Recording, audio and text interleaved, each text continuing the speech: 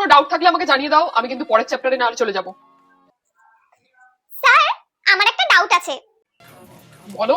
আসলে এতটাই ডিফিকাল্ট যে মুখে বলতে পারবো না। এই যে খাতায় লিখে দিয়েছি, দেখুন। আচ্ছা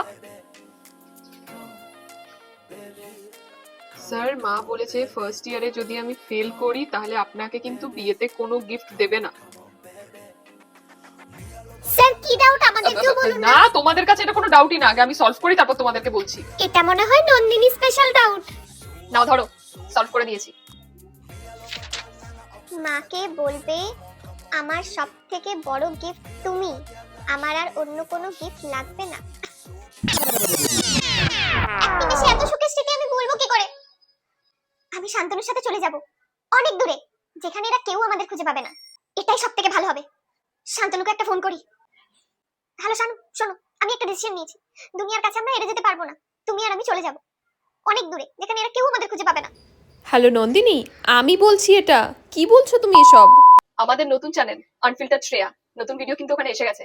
তোমরা ইউটিউবে গিয়ে ওই চ্যানেলটা সাবস্ক্রাইব করতে কিন্তু ভুলো না। চ্যানেল লিংকটা কমেন্টে দেওয়া রইলো।